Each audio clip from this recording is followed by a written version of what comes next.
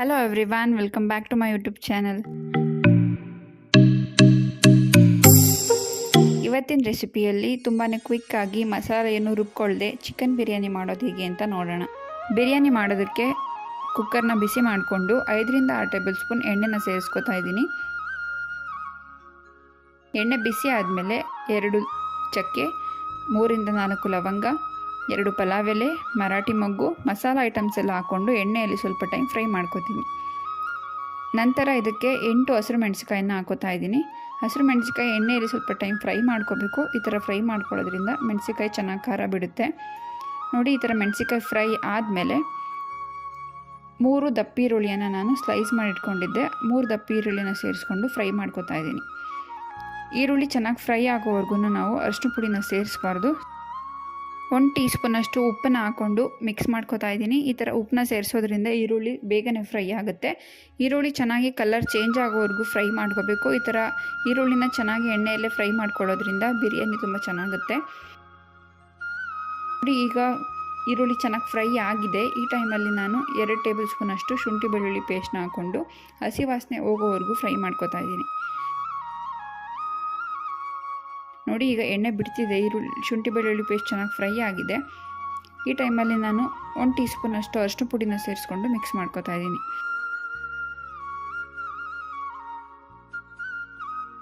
5 slice ಮಾಡಿರೋ ಸಣ್ಣದಾಗಿ slice ಮಾಡಿಟ್ಕೊಂಡಿರೋ medium size ಟೊಮೊಟೊನ ಹಾಕೋತಾ ಇದ್ದೀನಿ.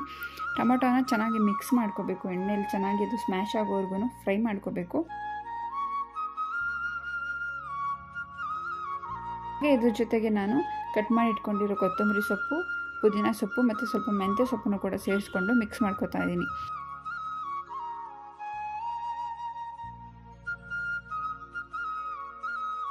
ನೋಡಿ, ಟೊಮೊಟೊ ಎಲ್ಲ ಚೆನ್ನಾಗಿ ಸ್ಮ್ಯಾಶ್ ಆಗಿದೆ.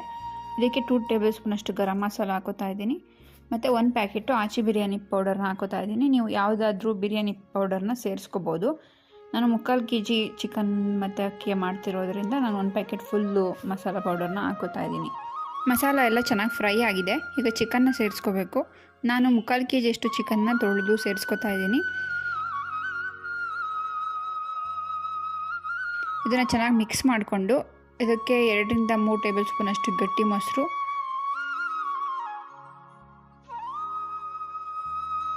ಮತ್ತು 1 ಟೇಬಲ್ ಸ್ಪೂನಷ್ಟು ಉಪ್ಪನ್ನು ಸೇರಿಸ್ಕೊಂಡು ಚೆನ್ನಾಗಿ ಮಿಕ್ಸ್ ಮಾಡ್ಕೋತಾ ಇದ್ದೀನಿ.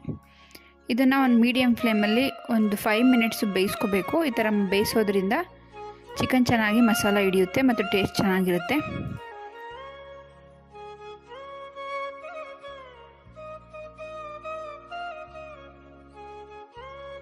ನೋಡಿ, ನಾನು 5 ನಿಮಿಷ ಇದನ್ನು ಫ್ರೈ ಮಾಡಿದ ಮೇಲೆ ಈ ಥರ ಎಣ್ಣೆ ಎಲ್ಲ ಬಿಡ್ತಾ ಇದೆ. ಈ ಟೈಮಲ್ಲಿ ನಾನು ಅಕ್ಕಿನ ಸೇರಿಸ್ಕೋತಾ ಇದ್ದೀನಿ. 3/4 kg ಅಷ್ಟು ಅಕ್ಕಿನ ಹಾಕೋತಾ ಇದ್ದೀನಿ. ಅಕ್ಕಿಗೆ ನೀರನ್ನ ಸೇರಿಸೋದಕ್ಕೂ ಮುಂಚೆ ಚೆನ್ನಾಗಿ ಮಿಕ್ಸ್ ಮಾಡಿಕೊಂಡು ಒಂದು 2 ಮಿನಿಟ್ಸು ಹಂಗೆ ಫ್ರೈ ಮಾಡ್ಕೊಳ್ಳೋದ್ರಿಂದ ಅಕ್ಕಿ ಉದ್ರಾಗಿ ಬಿರಿಯಾನಿ ಚೆನ್ನಾಗಿ ಬರುತ್ತೆ.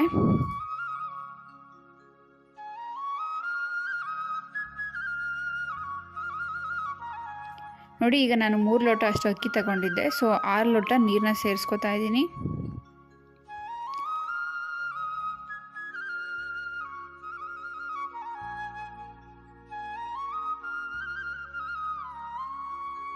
ಈಗ ರುಚಿನ ನೋಡಿಕೊಂಡು ರುಚಿಗೆ ತಕ್ಕಷ್ಟು ಉಪ್ಪನ್ನ ಹಾಕ್ಕೊಳ್ಳಿ. ಕೊನೆಯಲ್ಲಿ ಸ್ವಲ್ಪ ಕೊತ್ತಂಬರಿ ಸೊಪ್ಪನ್ನು ಉದುರಿಸ್ಕೊಂಡು ವಿಷಲ್ ಹಾಕೋತಾ ಇದ್ದೀನಿ.